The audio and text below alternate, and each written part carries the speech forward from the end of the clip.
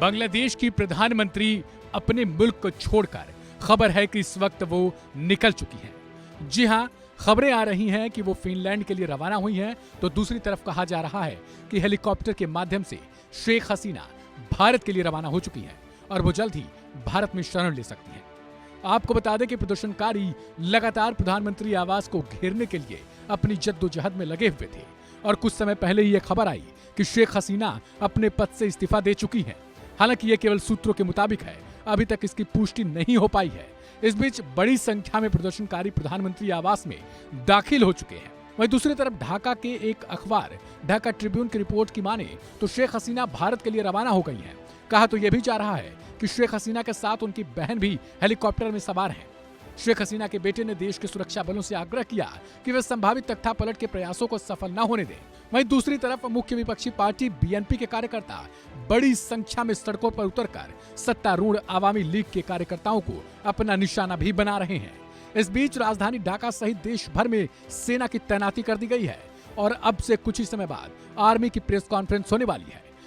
विशेषज्ञों की माने तो जल्द ही बांग्लादेश में सैन्य रूल लागू हो सकता है, यानी साफ तौर पर शेख हसीना की सरकार अपने पद से भले इस्तीफा दे दे, लेकिन दूसरी तरफ वो यही चाहती है कि सेना अपना रूल लागू कर ले, जिसके माध्यम से सेना के हाथों में जब सारी चीजें चली जाएंगी तो सेना कोई न कोई कदम जरूर उठाएगी।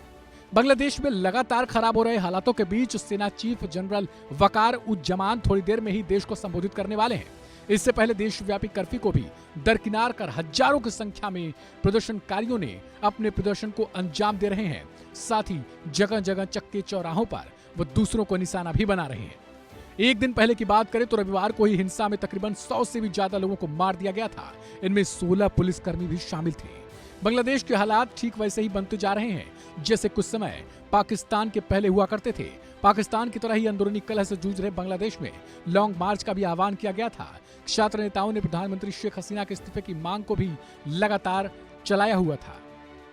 आपको बता दें कि फिलहाल खबर है कि शेख हसीना अपने प्रधानमंत्री पद से इस्तीफा दे चुकी हैं, लेकिन यह केवल सूत्रों के मुताबिक ही कहा जा रहा है। शेख हसीना के हेलीकॉप्टर से रवाना होने का वीडियो भी आ चुका है, लेकिन वो कहां के लिए निकली हैं? क्या वो भारत के पश्चिम बंगाल में शरण लेंगी या फिर फिनलैंड वो पहुंच चुकी हैं?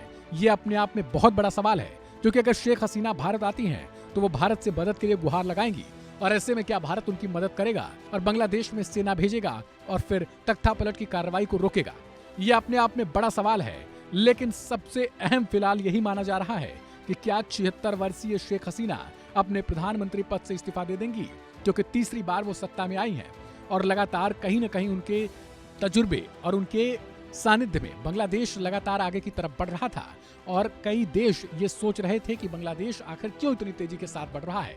लेकिन प्रदर्शनकारियों के आगे अंत में सेना से लेकर बांग्लादेश की प्रधानमंत्री तक को झुकना पड़ सकता है। फिलहाल देखने वाली दिलचस्प बात यह है कि क्या वो भारत में आ रही हैं और भारत में अगर आती हैं तो क्या भारत से मदद की गुहार लगाती हैं, और अगर वो गुहार भी लगाती हैं तो क्या प्रधानमंत्री मोदी उनकी गुहार को स्वीकारेंगे और क्या बांग्लादेश में इंडियन आर्मी जाएगी?